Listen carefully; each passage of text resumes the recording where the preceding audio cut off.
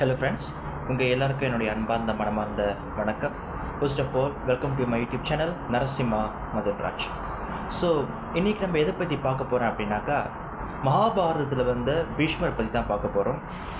இந்த டாபிக்கு நான் வச்சுருக்கிற டைட்டில் என்னன்னு கேட்டிங்கனாக்கா, த கிரேட் பீஷ்மா. நீங்கள் கேட்கலாம், எங்களுக்கு பீஷ்மரை பற்றி தெரியும், பீஷ்மரை பற்றி என்ன சொல்ல போகிறீங்க அப்படின்ட்டு.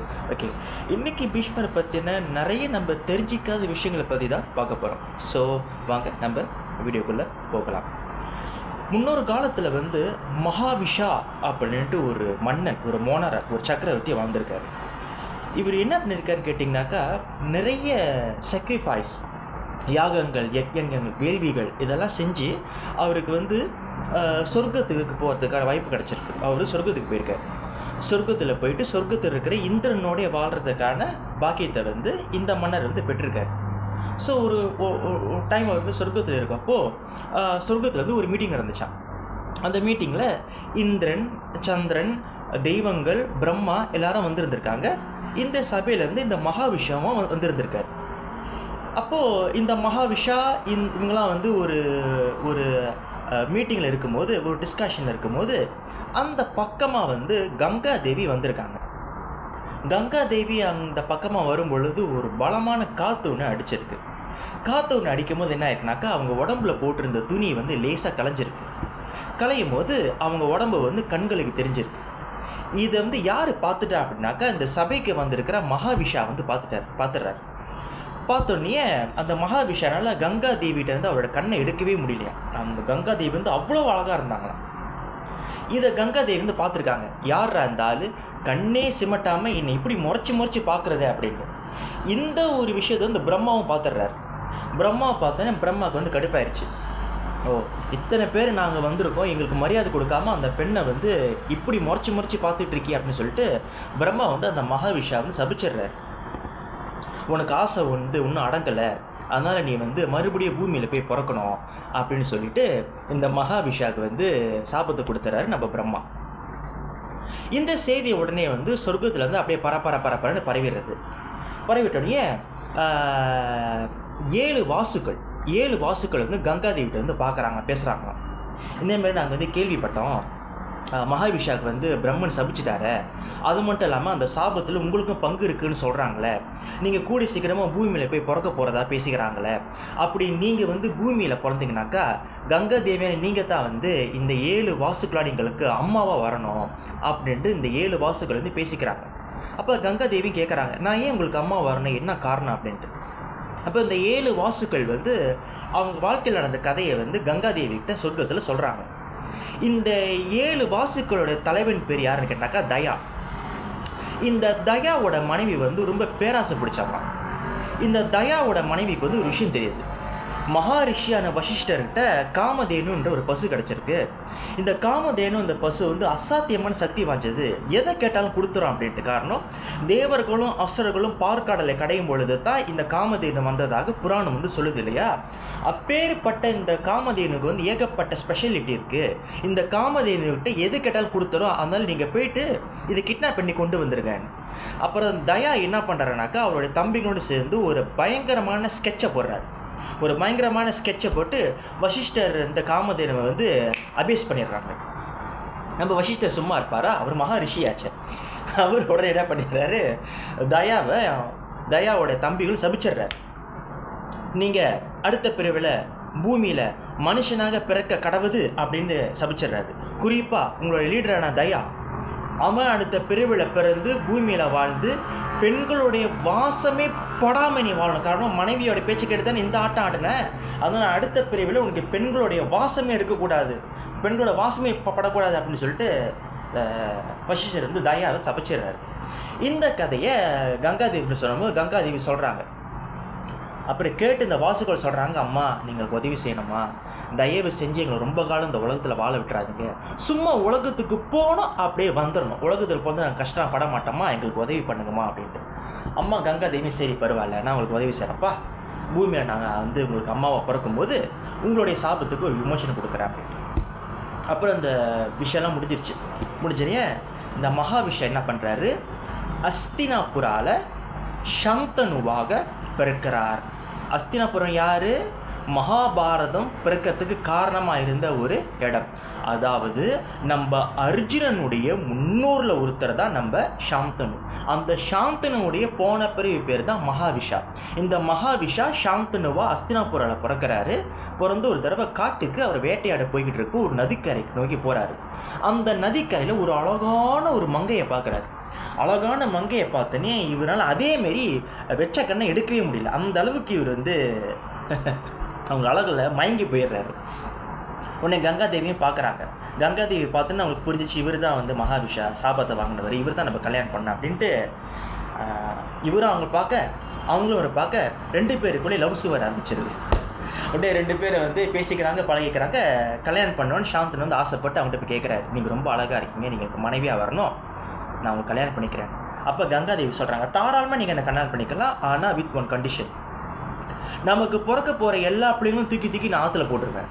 நான் ஆற்றுல போட்டு அந்த பிள்ளைங்களை கொல்லும் போது நீங்கள் என்னை திட்டக்கூடாது, நான் என்ன பண்ணாலும் நீங்கள் என்னை ஏசக்கூடாது, நீங்கள் என்னை ஏசுனேன்னாக்கா நான் மறைஞ்சிருவேன் அப்படின்னு கண்டிஷன் கொடுத்துட்றாங்க. இந்த கங்காதேவி அழகில் மயங்கின சாந்தனு ஏற்றுக்கிறார். சரி, நீ என்ன சொன்னாலும் நான் மண்டையை தலையாட்டிக்கிறேன்றார். அப்போ இந்த சாந்தனுவை கங்காதேவி கல்யாணம் பண்ணிக்கிறாங்க. கல்யாணம் பண்ணிட்டு இல்லாத அநியாயம் பண்ணுறாங்க. முதல்ல அவங்களுக்கு பிள்ளை பிறக்குது. பிள்ளை பிறந்த அடுத்த செகண்ட் அந்த பிள்ளையை கொண்டு போய் ஆற்றுல விட்டுறாங்க. இதை கேட்டோன்னே சாந்தனுக்கு அப்படி விஜுன்னு மண்டைக்கு ஏறுது. உடனே அவங்க தான் சொல்லிட்டாங்களே, நான் என்ன பண்ணாலும் நீ கேட்கக்கூடாது, நான் விட்டு போயிடுவேன்ட்டு. உடனே நான் பயந்துட்டு எதுவும் கேட்கல. முதல் பிள்ளையை பிள்ளையை கொண்டு போய் ஆற்றுல விட்டாங்க. 2வது பிள்ளையை ஆற்றுல விட்டாங்க. 3வது பிள்ளை ஆற்றுல விட்டாங்க. 4வது பிள்ளை ஆற்றுல விட்டாங்க. 5, 6, 7 இப்படி வரிசையாக ஆற்றுல விட்டுட்டு வராங்க. என்ன காரணம்? இந்த 7 பேரும் 7 வாசுக்கள். இந்த 7 வாசுக்கள் கங்காதேவி கேட்டுக்கிட்டாங்க, அம்மா நாங்கள் இந்த உலகத்தில் சாப்பிட்டாலும் பிறக்க போகிறோம், ஆனால் ரொம்ப காலம் இந்த உலகத்தில் நாங்கள் வாழ ஆசைப்படுறேன், எங்களுக்கு எப்படியாச்சும் விமோச்சனை கொடுத்துருங்கன்னு. அவங்க கேட்டதுனால கங்காதேவி இப்படி பண்ணிட்டு வராங்க. 8வது குழந்தையும் சாந்தனுக்கு கங்காவுக்கு பிறந்துடும். அந்த 8வது குழந்தையும் தூக்கிக்கிட்டு ஆற்றுல விட போவாங்க. சாந்தனு டக்குன்னு கையை பிடிச்சிருக்காரு. நீ மனுஷியா பிசாசா? எல்லா குழந்தையும் கொண்டு போய் ஆற்றுல விடுற, நீ என்ன பண்ணாலும் நான் கேட்காம இருக்குன்னு உங்கள் மண்டைக்கு நான் திமிரு பிடிச்சி போச்சான்னு சொல்லிட்டு சாந்தனு கடுப்பாகி திட்டு ஏசுறாரு. இப்போ அவர் சொல்கிறா, அவங்க நடந்த சம்பளம் சொல்கிறாங்க. போன பிள்ளை என்ன நடந்துச்சு, ஏன் இவங்க மனைவியாக வந்தாங்க, சாந்தனு உண்மையான பேர் என்னான்னு சொல்லிட்டு வரலான்னு சொல்கிறாங்க. சொல்லிட்டு அவங்க சொல்கிறாங்க, இந்த 8வது பிள்ளை தான் அவங்களுக்கு நிலைக்கணும், இந்த 8வது பிள்ளை தான் அவங்க மகன். நீங்கள் உங்களுக்கும் எனக்கு ஒரு கண்டிஷனை மீறிட்டீங்க, நீங்கள் என்னை திட்டிட்டீங்க, அதனால் உங்கள் கூட இனிமேல் நான் வாழ முடியாது, நான் சொர்க்கத்துக்கு போகிறேன்னு சொல்லிட்டு சொர்க்கத்துக்கு கிளம்புறாங்க. இருந்தாலும் கவலைப்படாதீங்க, இந்த குழந்தைய நான் கொல்ல மாட்டேன், இந்த குழந்தை காலத்துக்கு உங்ககிட்ட இருப்பான், இந்த குழந்தைய கொண்டு போயிட்டு நான் சொர்க்கத்தில் கொஞ்ச நாள் வச்சு வளர்த்துட்டு அவன் இளைஞர் பருவம் வந்த பிறகு நான் மறுபடியும் கொண்டு போய் பூமியில் விட்டுறேன்னு சொல்லிட்டு கங்காதேவி அந்த குழந்தைய தூக்கிட்டு போயிடுறாங்க. சாந்தனுவும் சரின்னு சொல்லிட்டு வந்துடுறாரு. அவர் வேலையை பார்த்துட்டு இருக்காரு. ஒரு நாள் இந்த சாந்தனு என்ன பண்ணுறாருனாக்கா, இதே மாதிரி தான் வேட்டைக்கு போய்கிட்டு இருக்காரு. அந்த காட்டு பக்கம் போகும்போது ஒரு நதி ஓடிக்கிட்டு இருக்கு. அந்த நதியில் தண்ணீர் பயங்கரமாக வலிச்சு போய்கிட்டு இருக்கு. அந்த பக்கம் வலிச்சு போய்கிட்டு இருக்கான். இப்போ மழை பெஞ்சா வெள்ளம் வருது இல்லையா, அந்த மாதிரி. அப்போது அந்த நதி நீர் எல்லையை தாண்டாமல் கரெக்டாக அந்த ஃப்ளோ ஓடிட்டு இருந்துச்சான். எப்படி அந்த நதி கணக்காக அந்த ஃப்ளோவில் போயிடும்போது ஒரு சின்ன பையன் என்ன பண்ணியிருக்கான், அவனுடைய வில்லை வச்சு அம்புகளால் நதிக்கரையை கட்டியிருப்பார். அணையை கட்டுறதுன்னு சொல்லுவாங்கள்ல, அதே மாதிரி அணையை கட்டி அந்த அந்த அந்த அம்பினுடைய வேகத்தினால அந்த நதி கரெக்டாக வலிஞ்சு எங்கே போகணுமோ அங்கே போகும். இதை பார்க்கும்போது சாந்தனு ரொம்பவும் ஆச்சரியப்பட்டு போயிடுவார். அடேங்கப்பா, இந்த சின்ன பையனுக்கு இப்பேற்பட்ட திறமையா அப்படின்ட்டு இந்த பையன்கிட்ட அவர் பேச போவார். அந்த பையன் மறைஞ்சிருவான். அப்போ தான் அவர் ஞாபகம் வரும், இந்த நதிக்கரில் தானே என் மனைவியான கங்காவை நான் மீட் பண்ணேன் அப்படின்ட்டு நினைப்பார். கங்கா அந்த இடத்துல தோன்றுவாங்க. தோன்றும் போது கங்கா அந்த பையனை கூப்பிட்டுட்டு, எங்கே இவங்க தாங்க உங்கள் மகன், 8வது மகன், இந்த மகனை நீங்கள் நல்லபடியாக வளர்த்துட்டு வாங்க, நான் உங்களுக்கு வாக்குறுதி கொடுத்தா மாதிரி இந்த பையனை வளர்த்துட்டேன், இப்போ இந்த பையன் உங்களுடைய பொறுப்பு அப்படின்ட்டு. இன்னிலிருந்து இந்த பையனுடைய பேர் பீஷ்மா அப்படின்ட்டு கங்காதேவி சொல்கிறாங்க. இந்த பையனுக்கு நான் சொர்க்கத்தில் இருந்த பிருகஸ்பதிக்கிட்டையும் சொர்க்கத்தில் இருந்த சுக்ராச்சாரியார்கிட்டையும் பாடம் படித்து வளர்ந்த பையன், இவனை விட உலகத்தில் அறிவாளி வேறு யாரும் இல்லை, இவனை நல்லபடியாக வளர்த்து கொண்டு வாங்க சொல்லி கங்காதேவி பீஷ்மரை சாந்தனுட்டு ஒப்படைக்கிறார். இப்போ நம்ம பீஷ்மர் என்ன பண்ணுறாரு, இளைஞனாக வர்றாரு. 20, 25, 30 வயசு தாண்டுறாரு. இதே மாதிரி தான் சாந்தனு என்ன பண்ணுறாரு, வந்துக்கிட்டு இருக்காரு. வந்துட்டு இருக்கும்போது சத்யாவதினு ஒரு பெண்ணை பார்க்குறாரு. அந்த பெண்ணை பார்த்தோன்னே இவருக்கு ரொம்ப பிடிச்சி போயிடுது. ரொம்ப பிடிச்ச போய்ட்டு இந்த பெண்ணை ரொம்ப ஆசைப்பட்றாரு. ஆசைப்பட்டோடனே அந்த சாந்தனு போய் கேட்குறாரு, நீங்கள் ரொம்ப அழகாக இருக்கீங்க, உங்களை நான் கல்யாணம் பண்ணிக்கணும்னு ஆசைப்பட்றேன் அப்படின்னு. உடனே இந்த சத்யாவதி என்ன சொல்கிறான்னாக்கா, நான் போய் எங்கள் அப்பாட்ட கேட்கணும், நான் போய் எங்கள் அப்பாட்ட பேசுகிறேன்னு சொல்லிட்டு போயிட்டாங்க. இவர்னால சாந்தனுனால சத்யாவதியை மறக்கவே முடியல. அரண்மனையில் போயிட்டு நிற்க முடியல, நிமிர முடியல, சாப்பிட முடியல, தூங்க முடியல, சாப்பிட்டா பசி ஆற மாட்டேங்குது, குளிச்சா உடம்பு நினைய மாட்டேங்குது. அந்த மாதிரி நம்ம சாந்தனை வந்து காதல் வேதனையில் துடிச்சிக்கிட்டு இருக்காரு. இந்த பீஷ்மா பார்த்தோன்னு ஒன்றும் புரியல, என்னடா அது நம்ம அப்பா நிற்க முடியாமல், நடக்க முடியாமல், நிமிர முடியாமல் அப்படி தவிச்சிக்கிட்டு இருக்காருன்ட்டு என்ன விஷயம் கண்டுபிடிச்சிக்கிட்டு சத்யாவதிக்கிட்ட போகிறாரு. சத்யாவதி போய் கேட்கும் போது சத்யாவதியோடைய அப்பா அங்கேருந்து வந்து சொல்கிறாரு, இந்த மாதிரி உங்கள் அப்பா சாந்தனு வந்து என் மனைவியை என்னோட மகளை கல்யாணம் பண்ணிக்கணும், மனைவியை ஏற்றுக்கணும்னு ஆசைப்பட்றாரு அப்படின்ட்டு. அப்போ சொல்கிற ராமா ரைட்டுன்னு, இல்லை ஒரு கண்டிஷன் இருக்குது, நீங்கள் தான் சாந்தனுடைய மகன், நீங்கள் கல்யாணம் பண்ணி உங்களுடைய பிள்ளைங்க தான் வந்து அரண்மனையில் வாரிசாக வருவாங்க, எனக்கு அது வேண்டாம். என்னுடைய மகளுக்கு பிறகு போகிற என்னுடைய பேர பிள்ளைக்கு தான் அஸ்தினாபுரத்துக்கு மன்னராக வரணும், அடுத்த வாரிசாக வரணும், இதுக்கு நீங்கள் சம்மதிக்கணும். இப்போ பீஷ்ம யோசிக்கிறாரு, நான் என்ன செய்கிறது அப்படின்ட்டு.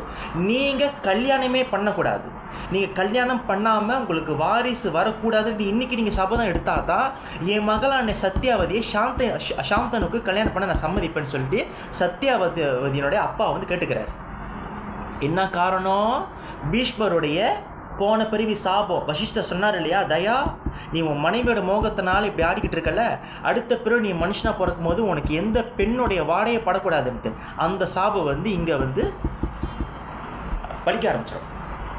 உன்னை பீஷ்மர் சொல்கிறாரு, எனக்கு எங்கள் அப்பா தான் எல்லாமே, எனக்கு எங்கள் அப்பா தான் சகலமோ, இன்னையிலேருந்து உலகத்தில் இருக்கிற எல்லா பெண்களையும் நான் என் அம்மாவா என் அக்காவாக நான் பார்க்குறேன், எந்த பெண்ணையும் இனிமேல் நான் தப்பான கண்ணோட பார்க்க மாட்டேன்னு சொல்லிட்டு பீஷ்மர் சபதம் இருக்கிறாரு. அவர் சபதம் எடுத்தோடனே வானத்திலேருந்து மலர் மாதிரி பொழிஞ்சது.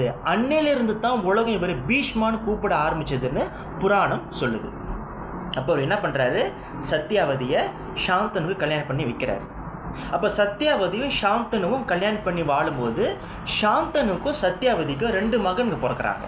அவங்க பேர் தான் சித்ராங்கண்டா, விசித்ரா வீரியா. இவங்க 2 பேரும் பிறந்த உடனே சாந்தனு வந்து கொஞ்சம் காலத்திலே வந்து மரணம் அடைஞ்சிடுறாரு. மரணம் அடைஞ்சோடனே சித்ராங்கண்டா என்ன பண்ணுறாரு, பதவிக்கு வர்றாரு. சித்ராங்கண்டா பதவிக்கு வந்தோடனே அவங்க அப்பா சாந்தனு மாரி மிகப்பெரிய திறமசாலியாக இருக்கார், மிகப்பெரிய மோனராக இருக்கார். இவருடைய புகழ் வந்து உலகம் பூரா பரவுது. இதை பார்த்த காந்தரவர்களுக்கு வந்து பொறாமை தாங்கலை. ஏன்னா இதேமாரி காந்தரவ மன்னர் கொடுத்த பேர் சித்ராங்கண்டான் இருக்கும். என்னடா உலகமே வந்து சித்ராங்கண்டான் இருக்கேன்னு இந்த காந்தரவ மன்னர் வந்து கடுப்பாயிட்டோன்னே இந்த காந்தரவ சித்ராங்கண்டாவுக்கும் பீஷ்மருடைய தம்பியான சித்ராங்கண்டாவுக்கும் 2 பேருக்கும் போர் நடக்கும். வருஷ கணக்கில் போர் நடக்கும். அந்த போரில் வந்து அந்த காந்தரவ மன்னர் வந்து இவர் கொன்றுவான், பீஷ்மருடைய தம்பியை கொன்றுவான். பீஷ்மருடைய தம்பியான சித்ராங்கண்டா இறந்த பிறகு அவருடைய சின்ன தம்பியான விசித்திர வீரியா வந்து அஸ்தினாபுரத்தோட மன்னராக வந்து உட்காருவார். அஸ்தினாபுரத்தோடைய மன்னனாக வந்து உட்காருவோம். என்ன ஏற்பட்டனாக்கா 7 வருஷம் தான் பதவியில் இருந்திருப்பார். ஒரு நோய் வாய்ப்பட்டு அவர் இறந்துருவார். இறந்தோடனே அஸ்தினாபுரத்துக்கு எந்த ஒரு வாரிசுமே இல்லாமல் போயிடும். அப்போ அம்மா சத்தியவதி வந்து கேட்குறாங்க, பீஷ்மர் கேட்குறாங்க, பீஷ்மா என்னால் தான் நீ வந்து கல்யாணம் பண்ணிக்க மாட்டேன் அப்படின்னு சபதம் எடுத்த, இப்போ நம்ம அரச குடும்பத்துக்கே வாரிசு இல்லாமல் போயிடுச்சு, அதனால் நீ எப்படியாச்சும் கல்யாணம் பண்ணணும், நீ எப்படியாச்சும் கல்யாணம் பண்ணி வாரிசு கொண்டு வான்னு. அப்போ ஒரு சார் கிடையவே கிடையாதம்மா, முடியவே முடியாதம்மா, நான் சத்தியம் பண்ணிட்டேன். சூரியன் உதிக்காமல் இருக்கலாம், கடலில் இருக்கிற தண்ணிகள்லாம் காஞ்சி போகலாம், இந்த பீஷ்மர் எடுத்த சபதம் தான், எந்த பெண்ணையுமே நான் எடுத்து பார்க்க முடியாது, இந்த உலகத்தில் இருக்கிற எல்லாருமே என் அம்மா தான், என் தங்கச்சி தான், என் அக்கா தான் சொல்லி அவர் முடிவு பண்ணியிருக்காரு. முடிவு பண்ணிட்டேன்னு வேறு வழியே இல்லாமல் சத்யாவதி வந்து மண்டையை போட்டு சொரிஞ்சுக்கிட்டு இருப்பாங்க. அப்போ தான் அவங்க சத்யாவதிக்கு ஞாபகம் வரும். சத்யாவதி குந்தி மாதிரி மெய்டன்ஹுட்டில் இருக்கும்போது, சின்ன வயசில் இருக்கும்போது சத்யாவதி முன்னாடி பராசரானா என்ற முனிவர் தோன்றி, அந்த பராசரா என்ற முனிவருக்கும் சத்யாவதிக்கும் பிறந்த மகன் தான் வியாசதேவர், வேத வியாசர். இந்த மகாபாரதம் நம்மளுக்கு கிடைக்கிறதுக்கு காரணமாக இருந்தவங்க. ஹரே ராமா ஹரே கிருஷ்ணா ரொம்ப போற்ற ஒரு மிகப்பெரிய மகாரிஷினாக்கா இந்த வியாசதேவர் தான். இந்த வியாசதேவரோட அம்மா யாருனாக்கா நம்ம சத்யாவதி. வியாசதேவரும் பீஷ்மரும் அண்ணன் தம்பிங்க. இந்த சத்யாவதியை கூப்பிட்றாரு. இந்த சத்யாவதி என்ன பண்ணுறாரு, தன் மகனான வியாசதேவர் கூப்பிட்றாரு. வியாசதேவரும் வர்றாரு. வியாசதேவர் வந்து கேட்குறாரு, அம்மா என்ன அம்மா வேணும் உங்களுக்கு அப்படின்ட்டு. அப்போது சொல்கிறாரு, அம்பலிக்காவுக்கும் பிள்ளை இல்லாமல் இருக்குது, பிள்ளை வர கொடுப்பா அப்படின்ட்டு. உடனே சரிம்மா நீங்கள் சொல்கிற மாதிரி நான் செய்கிறேன்னு சொல்லிட்டு வியாசதேவர் என்ன பண்ணுறாரு, அம்பிகா கிட்ட போவார். அம்பிகா கிட்ட போயிட்டோடனே இவர் பார்க்குறதுக்கு வந்து பயங்கரமான ரிஷியாக இருக்கும்போது கண்ணை மூடிக்குவாங்க. அப்போ சபிச்சிருவார். வியாசதேவர் சபிச்சிடுவார், உனக்கு பிறக்க போகிற பிள்ளைக்கு கண்ணு தெரியாது. அதான் நம்ம திருதராஷ்டிரன், துரியோதனுடைய அப்பா. 2வது டைம் போவார், அம்பலிக்காகிட்ட போவார். அம்பலிக்காவுக்கு போனோடனே அம்பலிக்கா பார்த்தோன்னே வேர்த்து ஊற்றினோடனே அவன் சபிச்சிருவார். அவளுக்கு என்னை பார்த்தோன்னே கண்ணை மூடிக்கிட்டா, அதனால் அவளை நான் சபிச்சிட்டேன். அவளுக்கு பிறக்கக்கூடிய மகனுக்கு கண்ணு தெரியாது. உனக்கு என்னை பார்த்தோன்னே பயத்தில் தோலை செவந்து போச்சு. உனக்கு பிறக்க போகிற மகன் செக்கச்செவேன்னு இருப்பான், அவன் பேர் தான் பாண்டுன்னு சொல்லி 2வது மகன் சபிச்சிருவார். என்னடா 2 மருமகளும் சாபத்தை வாங்கிட்டாங்கன்னு சொல்லிட்டு சத்தியவதி மறுபடியும் தலையை போட்டு வேகமாக சொரிய ஆரம்பிப்பாங்க. அப்போ இங்கே என்ன பண்ணுவாங்க, 2வது தடவை அம்பலிக்காவிட்ட போக சொல்லுவாங்க.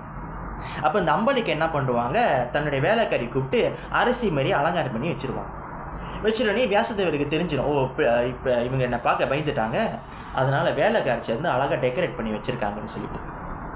ஆனால் அந்த வேலைக்காரி ரொம்ப அழகாக நடந்துக்குவாங்க வியாசதேவர்கிட்ட. அவர் காலெலாம் தொட்டு கும்பிட்டு ஒரு மகாரிஷி எந்த அளவுக்கு மதிப்பு கொடுக்கணுமோ அந்த அளவுக்கு மதிப்பு கொடுத்து பார்க்கும்போது இவர் ஆசீர்வதிப்பார். அம்மா உனக்கு பிறக்க போகிற பிள்ளை ரொம்ப நல்லவனாக இருப்பான்ட்டு. அப்போது வியாசதேவரோட பசங்க தான் திருதராஷ்டிரன், பாண்டு, விதுரர். அதாவது பாண்டவர்களுடைய தாத்தா தான் நம்ம வியாசதேவர். துரியோதனுடைய தாத்தாவும் வியாசதேவர் தான், பீஷ்மரன் தான். ஸோ இது பீஷ்மருடைய வாழ்க்கையில் நடந்துக்கிட்டு வர ஒரு சில சம்பவங்கள். இந்த இடத்த நான் ஸ்டாப் பண்ணிவிட்டு இன்னொரு விஷயத்துக்கு வரேன். நான் சொன்னேன் இல்லையா, சித்ராங்கடா அப்புறம் விசித்ரா வேறையா பீஷ்மருடைய தம்பிமார்கள். இந்த தம்பிமார்களுக்கு பருவ வயசு அடைஞ்சிருவானுங்க. அப்பா இறந்துருவார், சாந்தனா இறந்துருவார். ஸோ அண்ணனா இருந்து இவர் தான் 2 பேருக்கு கல்யாணம் பண்ணி வைக்கணும்னு சூழ்நிலை வரும்போது இவர் என்ன பண்ணுவார், நம்ம பீஷ்மர் அம்பா, அம்பிகா, அம்பலிக்கான்னு 3 பெண்களில் சுயம்பரத்திலிருந்து கொண்டு வருவார். சுயம்பரத்தில் கொண்டு அவர் கடத்தி கொண்டு வந்துடுவார். கடத்தி கொண்டு வருவது இந்த அம்பா சொல்லிடுவா, உங்கள் தம்பி நான் கல்யாணம் பண்ண முடியாது, நான் ஷால்வான்னு சொல்கிற ஒருத்தர் விரும்பிட்டேன், அவர் தான் நான் கல்யாணம் பண்ண போகிறேன், இப்படி என்னை கேட்காம இப்படி கடத்தி கொண்டு வந்துட்டீங்களே, என் காதல் என்ன சொல்லுவான் அப்படின்ட்டு இந்த காதல் பீஷ்மா துரத்திட்டு வருவான்.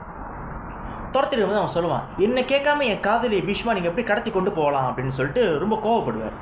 இருந்தாலும் நீங்கள் என்னோடய காதல் நீங்கள் கடத்தி கொண்டு போயிட்டீங்க, உங்கள் கை அவன் மேலே பட்டுருச்சு, நான் அவளை கல்யாணம் பண்ணிக்க முடியாதுன்னு சொல்லிட்டு ஷால்பா என்ன பண்ணுவான், அம்பாவை அப்படியே கைவிட்டுட்டு போயிடுவான். ஆனால் அம்பிகாவை, அம்பலிக்காவை, சித்ராங்கண்டாவுக்கு விசித்திரா வரைக்கும் கல்யாணம் பண்ணி வச்சுருன்னு வச்சுக்கோங்க. அம்பா மட்டுமே கல்யாணம் பண்ணாமல் அப்படியே தனியாக தவிச்சுக்கிட்டு இருப்பாங்க.